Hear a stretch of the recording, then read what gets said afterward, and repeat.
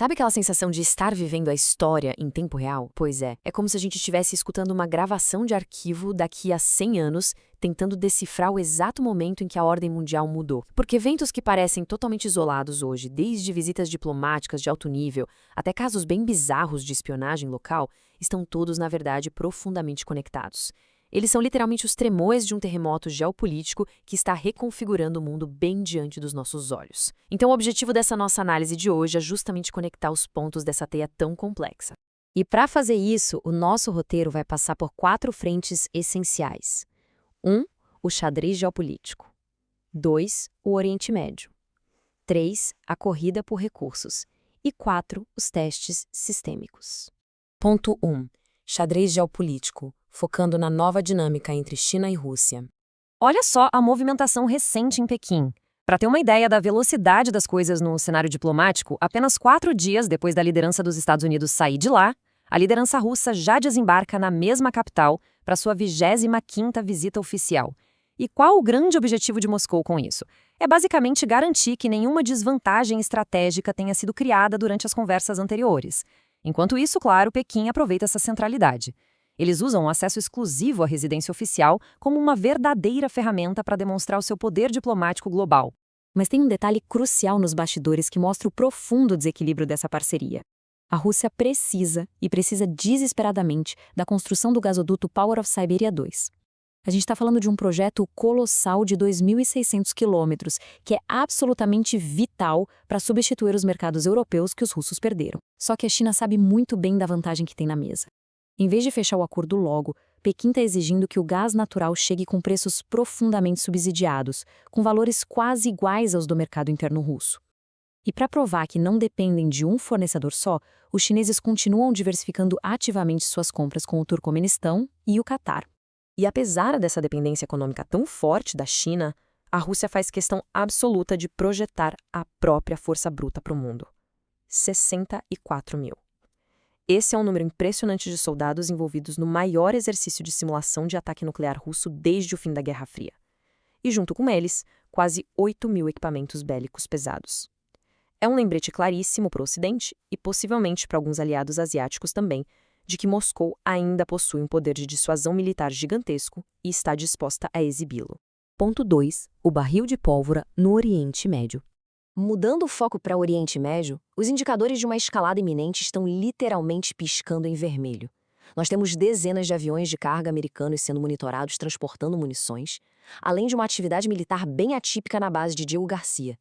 E tem um detalhe curioso: até o famoso índice da pizza disparou no Pentágono. Para quem não conhece, isso é o aumento drástico de entregas de pizza na madrugada, um sinal clássico de que as equipes de defesa estão virando noites trabalhando em preparações para crises reais. Somado a tudo isso, o Tesouro americano acabou de meter novas sanções contra 19 embarcações iranianas que operam como uma frota sombra, além de casas de câmbio acusadas de financiar o terrorismo. Agora, se houver um ataque ocidental, a retaliação do Irã dificilmente seria algo convencional. Os planos de resposta assimétrica deles incluem alvos extremamente complexos, como a destruição de data centers focados em inteligência artificial nos Emirados Árabes Unidos. Isso jogaria bilhões em investimentos ralo abaixo. Mas o mais alarmante de tudo é a ameaça aos cabos submarinos de fibra ótica lá no Golfo Pérsico, que são as artérias vitais da internet global. Isso sem contar um possível bloqueio total no Mar Vermelho, que simplesmente sufocaria rotas comerciais indispensáveis para a economia global. E no meio de toda essa tensão militar, a gente ainda tem uma gravíssima crise diplomática e humanitária acontecendo. Uma coalizão de 10 nações, incluindo aqui o Brasil, além de Colômbia, Espanha e Indonésia, emitiu uma condenação conjunta super severa contra as interceptações israelenses da Flotilha Global Sumud, que é uma missão civil e pacífica.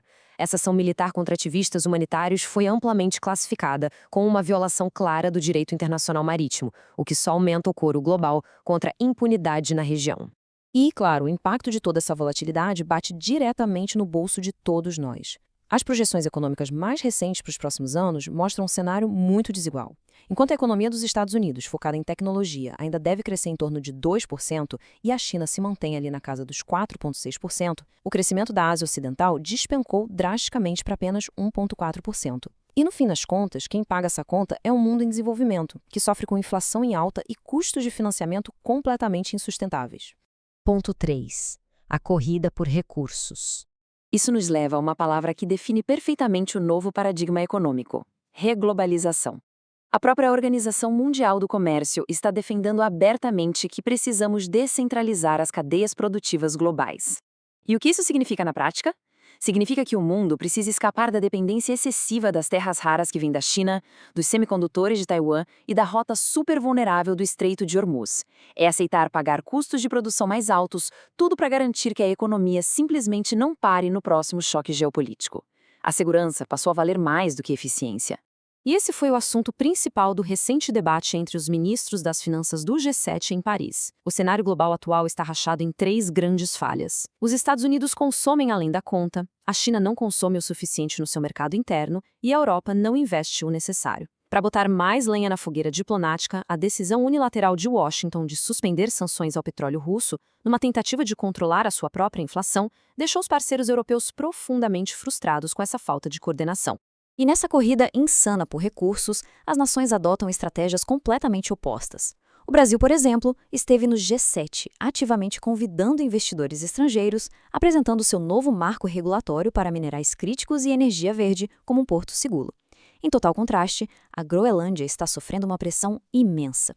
Eles estão lutando contra as exigências dos Estados Unidos de instalar bases militares perpétuas por lá, além de lidarem com um absurdo poder de veto externo sobre os investimentos que a ilha poderia receber da China ou da Rússia.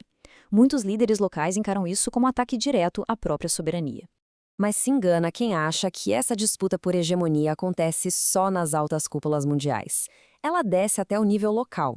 Na Califórnia, o prefeito da cidade de Arcádia teve que renunciar depois de confessar que atuava sob o controle de autoridades de Pequim. Uma autoridade eleita localmente admitiu espalhar propaganda internacional e tentar abafar denúncias sobre violações de direitos humanos em troca de aprovação externa.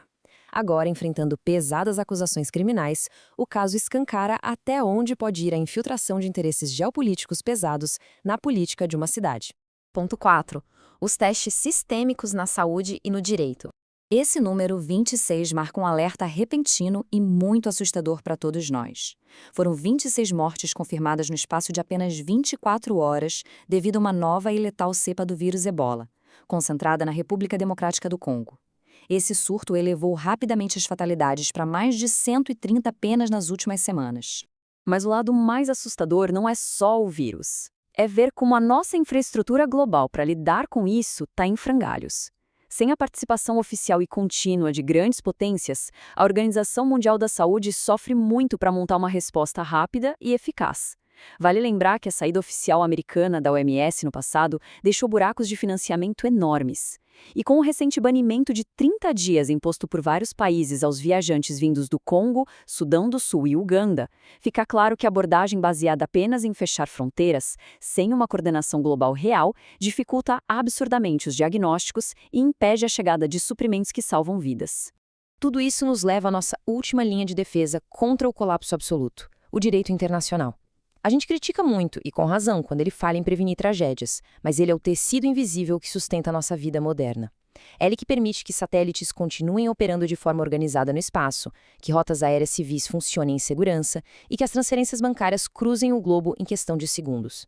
Sem essas regras básicas, o mundo voltaria direto para o caos brutal do século XVII. O sistema ainda funciona em 99% do tempo. E o fato de que países que quebram as regras precisam se justificar o tempo todo só comprova o poder normativo que essas leis ainda exercem. É um mundo que muda numa velocidade absurda, onde gasodutos, sanções e alianças de conveniência ditam o ritmo de tudo, da energia que usamos à comida na nossa mesa. A grande questão que fica para a gente refletir é como essas mudanças globais afetarão a neutralidade do seu próprio país na próxima década. Responda nos comentários, curta o vídeo e se inscreva no canal se gosta desse conteúdo. Se você gosta desse tipo de conteúdo, considere nos apoiar. Link do Apoia-se na descrição deste vídeo.